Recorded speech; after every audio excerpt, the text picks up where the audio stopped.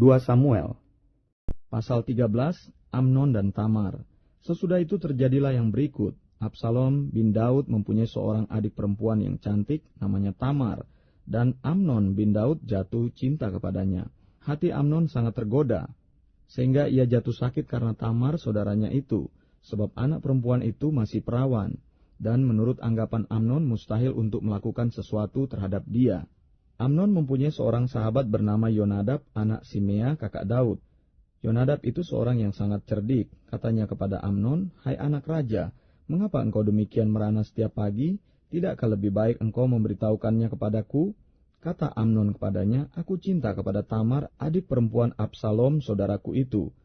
Lalu berkatalah Yonadab kepadanya, "Berbaringlah di tempat tidurmu dan berbuat pura-pura sakit. Apabila ayahmu datang menengok engkau, maka haruslah engkau berkata kepadanya, 'Izinkanlah adikku Tamar datang memberi aku makan.' Apabila ia menyediakan makanan di depan mataku, sehingga aku dapat melihatnya, maka aku akan memakannya dari tangannya." Sesudah itu berbaringlah Amnon dan berbuat pura-pura sakit. Ketika raja datang menengok dia, berkatalah Amnon kepada raja, "Izinkanlah adikku Tamar datang membuat barang 2 kue di depan mataku, supaya aku memakannya dari tangannya." Lalu Daud menyuruh orang kepada Tamar ke rumahnya dengan pesan, "Pergilah ke rumah Amnon kakakmu, dan sediakanlah makanan baginya." Maka Tamar pergi ke rumah Amnon kakaknya yang sedang berbaring-baring, lalu anak perempuan ini mengambil adonan, meremasnya dan membuat kue di depan matanya. Kemudian dibakarnya kue itu. Sesudah itu gadis itu mengambil kuali dan mengeluarkan isinya di depan Amnon, tetapi ia tidak mau makan. Berkatalah Amnon, "Suruhlah setiap orang keluar meninggalkan aku." Lalu keluarlah setiap orang meninggalkan dia. Lalu berkatalah Amnon kepada Tamar, "Bawalah makanan itu ke dalam kamar, supaya aku memakannya dari tanganmu." Tamar mengambil kue yang disediakannya itu, lalu membawanya kepada Amnon kakaknya ke dalam kamar. Ketika gadis itu menghidangkannya kepadanya supaya ia makan, dipegangnyalah gadis itu dan berkata kepadanya, "Marilah tidur dengan aku, adikku." Tetapi gadis itu berkata kepadanya, "Tidak kakakku, jangan perkosa aku, sebab orang tidak berlaku seperti itu di Israel. Janganlah berbuat noda seperti itu. Dan aku kemanakah aku bawa kecemaranku, dan engkau akan dianggap sebagai orang yang bebal di Israel. Oleh sebab itu berbicaralah dengan raja, sebab ia tidak akan menolak memberikan aku kepadamu."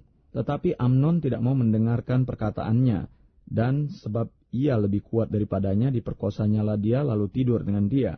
Kemudian timbullah kebencian yang sangat besar pada Amnon terhadap gadis itu. Bahkan lebih besar benci yang dirasanya kepada gadis itu daripada cinta yang dirasanya sebelumnya. Lalu Amnon berkata kepadanya, "Bangunlah, nyala." Lalu berkatalah gadis itu kepadanya, "Tidak kakakku, sebab menyuruh aku pergi adalah lebih jahat daripada apa yang telah kau lakukan kepadaku tadi."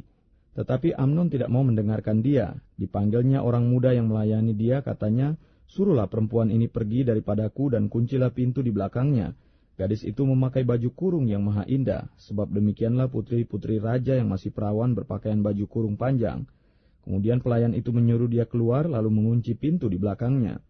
Lalu Tamar menaruh abu di atas kepalanya, mengoyakkan baju kurung yang maha indah yang dipakainya, meletakkan tangannya di atas kepalanya, dan pergilah ia sambil meratap dengan nyaring. Bertanyalah Absalom kakaknya kepadanya, "Apakah Amnon kakakmu itu bersetubuh dengan engkau? Maka sekarang adikku, diamlah saja. Bukankah ia kakakmu? Janganlah begitu memikirkan perkara itu." Lalu Tamar tinggal di rumah Absalom kakaknya itu seorang diri. Ketika segala perkara itu didengar Raja Daud, sangat marahlah ia.